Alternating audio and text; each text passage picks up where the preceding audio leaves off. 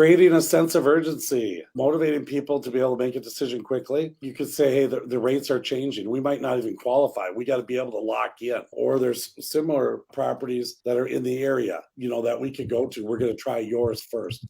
Your client needs a home now. That's another one that I've used quite a bit in this market. We totally understand that there might be multiple offers and that you'll want to wait for them, but we need a house and we need to be able to get a house now, and it has to be this weekend. And if we can't get yours, it's going to be multiple offers. That's fine. Just we'll maybe come back when it is time for multiple offers. But yeah. We should change the topic from hardball tactics to empathy tactics. Yeah. And I'm telling you, sometimes, oh my golly, that works so fantastic. Is just saying, hey, young mom and dad, 3 little babies. Oh my gosh, they love your house. They'd love to raise their family there. They need a house this weekend. We really have to get a move going, or we have to move on. Nothing personal. They only can afford so much. Think about everything that every string that I just went doing, doing, doing. Yeah. Hey, hardball tactics is clickbait, Andy. Yeah. You get this social media thing. You guys in this social media, we have to do that so people look at it. Walking away from a negotiation is as powerful as you can get, in my opinion. But to me, the key is to give as little information as possible. As an uninformed foe, so a realtor or another client or whatever, typically comes up with scarier reasons why the client's not responding. So if you're walking away and you don't give any reason for it, then they start making up stuff in their own head, which typically becomes a lot scarier than maybe what you're even going to tell them. I mean, I've dealt with that many times, and I'm telling you, all of a sudden they call back and say, you know what, maybe we're thinking about it, but we're just being quiet. They come back, you know what, we'll take your deal. We'll take the deal.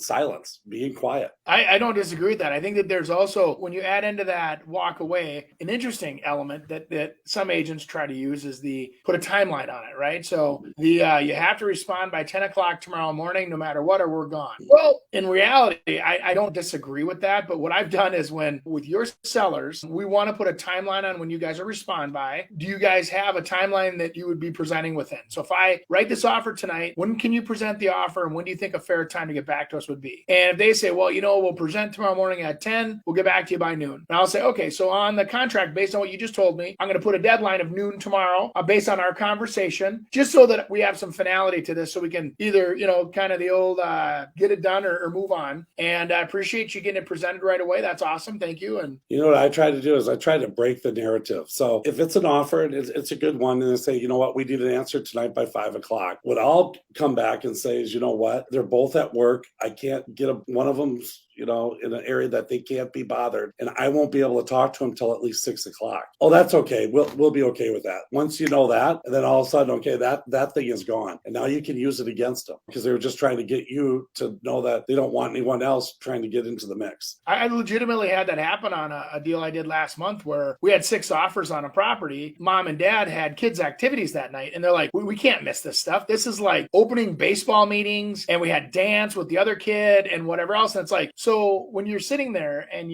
people do have lives, and understanding that, yes, you want to get the deal done, and yes, they should be prepared. If you're going live on the market, there's something to be said for this, Chris, too, for preparing your sellers